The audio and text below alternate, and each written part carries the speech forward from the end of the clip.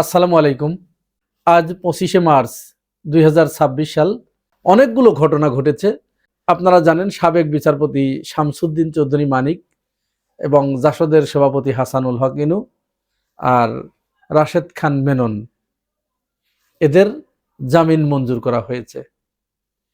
এদের জামিন মঞ্জুর করার মধ্য দিয়ে এরা যে অভিযোগটি জিয়াউর রহমান, বিএনপি এবং খালেদা জিয়ার উপরে করেছিল, মূলত সেটি প্রতিষ্ঠিত হলো।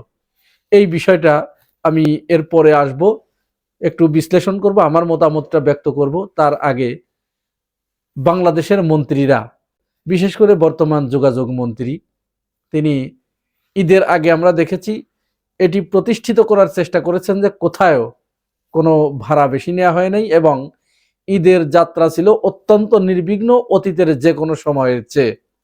কোনো রকম ঝই ঝামেলা ছাড়া, কোনো রকম সমস্যা বাধাবিঘ্নতা ছাড়া মানুষ নিরাপদে বাড়িতে যেতে পেরেছে, আবার ফিরে আসতে পেরেছে। কোনো রকম কোনো সমস্যা হয় নাই। আমার মনে হয় মন্ত্রীদের এবং সর্বশেষ আমির খসরু মাহমুদ ঈদের পরে বললেন যে কোনো সমস্যা হয় নাই, তেলের কোনো সংকট নাই, তেলের কারণে গাড়ি বন্ধ হয়ে গেছে এটি নাই। তারপরে মানুষ খুবই নিরাপদে, নির্বিঘ্নে, নিরুপদ্রবে গন্তব্যে যেতে পেরেছে, আবার গন্তব্য থেকে ফিরে আসতে পেরেছে। আমার মনে হয় মন্ত্রীদের এই বক্তব্যের কারণেই স্বয়ং আল্লাহ নারাজ হয়েছে, যার কারণে তাদের চোখে আঙ্গুল দিয়ে দেখিয়ে দিল যে তোমাদের কত অব্যবস্থাপনা রয়েছে। আসুন আমরা এই বিষয়ে ছোট্ট একটি ভিডিও দেখি, তারপরে এই বিষয়ে দুই একটি কথা বলবো।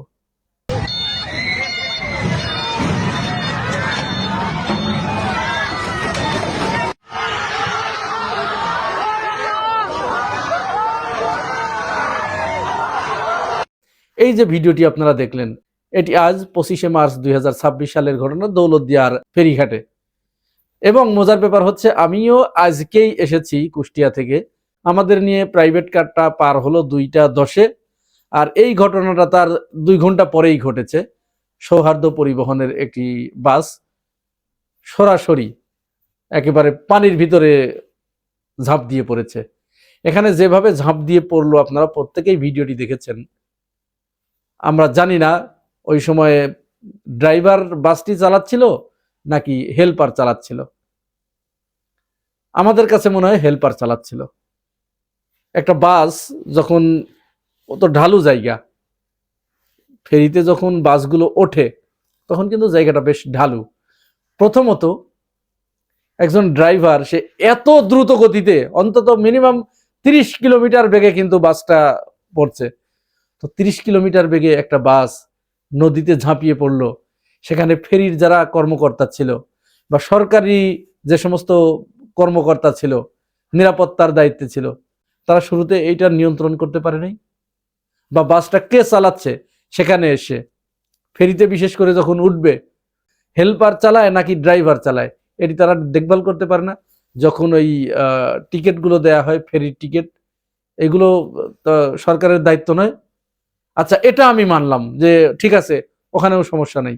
যেখানে আপনারা দেখেছেন যে পথ দিয়ে বাসটা পড়ে গেল, একটা ফেরি, বাস উঠবে নামবে, সেইখানে তার নিরাপত্তা বলয় থাকবে না চারিদিকে।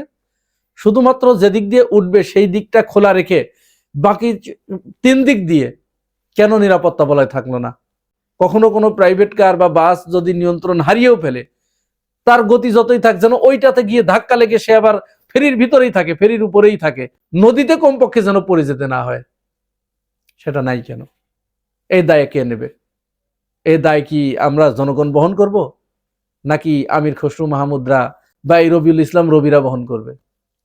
তারা তো কোনো দায় নিতেই নারাজ, কোনো দায় নিতে নারাজ তারা, এবং তারা স্বীকার করতেই নারাজ যে এই ধরনের সমস্যা আছে। উন্নত বিশ্বে এই ঘটনাগুলো ঘটলে পরে তারা পদত্যাগ করত। বারবার তারা বলছে তেলের কোনো সংকট নাই, তেলের কোনো সমস্যা নাই। ভাই, তেলের যদি কোনো সংকট না থাকে, এটি আপনি চিল্লায়ে সারাদিন যদি বলেন, কাজ হবে? অথচ দেখুন এই ভিডিওটা দেখুন, এটা তো সব মোটরসাইকেল। তো মোটরসাইকেলে তো আর অ্যাভেলেবেল গাদা গাদা তেল লোড দিয়ে রাখা যায় না। তো তাহলে এই যে মোটরসাইকেল ওয়ালারা, তারা কিন্তু প্রতিদিন তেল ঢুকায়, অল্প অল্প অল্প করে নেয় এবং চালায়, তারপর ফুরায় যায়, আবার তারা তেল ঢুকায়।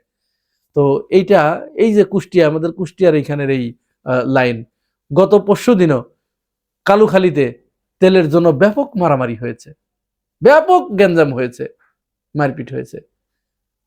তাহলে মানুষের ভিতরে তেলের জন্য হাহাকার, অথচ আপনি বলছেন তেলের সংকট নাই। তাহলে নিশ্চয়ই আপনার দলের যে সমস্ত নেতা পেতারা আছে তারা সিন্ডিকেট করে রেখেছে, তেল আটকে রেখেছে। তাহলে আপনি এই ব্যবস্থা নিচ্ছেন না কেন?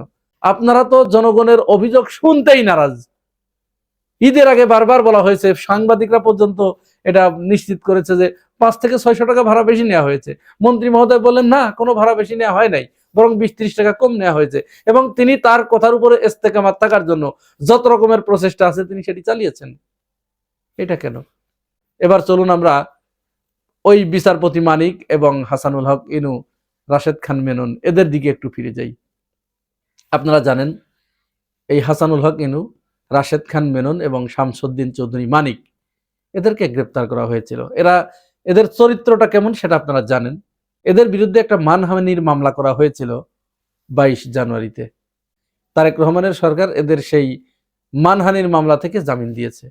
যে অভিযোগে অভিযুক্ত হয়ে তারা গ্রেপ্তার হয়েছিলেন, তাদেরকে গ্রেপ্তার দেখানো হয়েছিল, তাহলে তাদের কথাটা সুপ্রতিষ্ঠিত হয়ে গেল। কি বলেছিল তারা?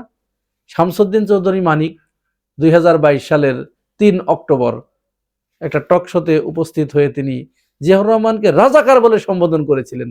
এবং এই ব্যক্তি এত বড় একজন সাইকোপ্যাথ, তিনি নিজে মুক্তিযোদ্ধা না হয়েও মুক্তিযোদ্ধা বলে দাবি করতেন এবং জিয়াউর রহমানের মুক্তিযোদ্ধার খেতাব কেড়ে নেওয়ার জন্য তিনি জোর দাবি জানাতেন। তিনি টক শোতে উপস্থিত হয়ে জিয়াউর রহমান, খালেদা জিয়া এবং বিএনপিকে নিয়ে এমন কোনো কুরুচিপূর্ণ মন্তব্য নাই যা তিনি করেন নাই। হাসানুল হক ইনুর বিষয়ে আপনারা সবাই জানেন, তারা তো খালেদা জিয়ার নাম দিয়েছিল আগুন সন্ত্রাস। হরতাল অবরোধে আগুন জ্বলতো, ককটেল ফুটতো, বাসে আগুন দেয়া হতো, ধরা পড়তো ছাত্রলীগের ছেলেপেলে, যুবলীগের ছেলেপেলে, আর তিনি বিএনপিকে নাম দিয়েছিলেন আগুন সন্ত্রাস। আর রাশেদ খান মেনন তিনিও ঠিক ওই একই, ওই হাসানুল হক ইনুদের ওই সমগোত্রীয়। এদের বিরুদ্ধে 22 অক্টোবর 2024 এক ব্যক্তি মামলা করেছিলেন, মানহানির মামলা। বিএনপি, তারেক রহমান, খালেদা জিয়া, জিয়াউর রহমান এদেরকে কটূক্তি করার কারণে মানহানির মামলা করেছিলেন। সেই মামলায় তাদেরকে জামিন দেয়া হলো। তো যখন আপনি তাদেরকে জামিন দিয়ে দিলেন, তাহলে কি প্রতিষ্ঠিত হলো? তার মানে শামসুদ্দিন চৌধুরী মানিক জিয়াউর রহমানকে নিয়ে যেটা বলতেন সেটি সঠিক। হাসানুল হক ইনু বিএনপি এবং খালেদা জিয়া সম্পর্কে যে অভিযোগগুলো দিতেন এটা সঠিক, তারা সঠিক বলেছে। রাশেদ খান মেনন বিএনপি, তারেক রহমান এবং তাদের রাজনীতি নিয়ে যে মন্তব্যগুলো করেছেন এটিকে সঠিক হিসেবে আমাদের ধরে নিতে হবে। শুধু তাই নয়, বিএনপি সরকার ক্ষমতা গ্রহণ করেছে প্রায় এই 1 মাস কয়েকদিন হলো। এর ভিতরে তারা একের পর এক আওয়ামী লীগের অফিসগুলো তারা তালা খুলে দিতে শুরু করেছে। আওয়ামী লীগের সবচেয়ে নিকৃষ্ট মানের যে লোকগুলো, যাদেরকে শেখ হাসিনা জেলে বন্দী করে রেখেছিল, এই কক্সবাজারের বদি, ইয়াবা সম্রাট যাকে বলা হয়, বাংলাদেশে যত ইয়াবা প্রবেশ করে এই বদির হাত দিয়ে, বদির একক নিয়ন্ত্রণে। শেখ হাসিনা পরে এই বদিকে শায়েস্তা করতে না পেরে অতিষ্ঠ হয়ে ওকে জেলখানার ভিতরে পুরে রেখেছিল। তারেক রহমানের সরকার তাকে জামিনের ব্যবস্থা করে দিয়েছে। বা কি চমৎকার! শেখ হাসিনার চেয়েও বদির প্রতি তারেক রহমানের কি নিরঙ্কুশ ভালোবাসা, আমরা যার পর নাই হতাশ হচ্ছি এগুলো দেখে। আইবি রহমানকে জামিন দেয়া হয়েছে। আরো এক ধাপ এগিয়ে আনিস আলমগীর, যে ব্যক্তি শেখ হাসিনার পা চাটা গোলাম ছিল এবং 5 আগস্টের পরে একের পর এক বিভিন্নভাবে বিএনপিকে, জামাতকে একের পর এক গালমন্দ করে গেছে, জুলাই গণ অভ্যুত্থানের পক্ষের শক্তিদেরকে গালমন্দ করে গেছে, শেখ হাসিনার গণহত্যাকে সে জায়েজ করার চেষ্টা করেছে। আর শেখ হাসিনার আমলে পুরো সময়টা তো বিএনপি জামাতকে সে যাচ্ছে তাই বলে গালমন্দ করেছে। সেই ব্যক্তিকে ইউনূস সরকার তার বিরুদ্ধে সন্ত্রাস বিরোধী আইনে একটা মামলা করে তাকে গ্রেপ্তার করেছিল। 3 মাস জেল খাটার পরে তারেক রহমানের সরকার তাকে শুধু জামিন দিয়ে বের করে এনেই ক্ষান্ত হয় নাই, তারেক রহমান তার সাথে ফোনে কথা বলেছে, কুশল বিনিময় করেছে। তারেক রহমান, আপনি যাদের রক্তের বিনিময়ে, যাদের জীবনের বিনিময়ে রাষ্ট্র ক্ষমতায় আজ অধিষ্ঠিত, আপনি সেই শহীদ পরিবারের কারোর সাথে কি ফোনে কথা বলেছেন? দর্শক, আপনারা কি মনে করেন জানাবেন কমেন্টস বক্সে। ভিডিওটি ভালো লাগলে একটি সাবস্ক্রাইব করে বেল বাটন বাজিয়ে পাশে থাকবেন। আর ভালো থাকবেন। আল্লাহ হাফেজ।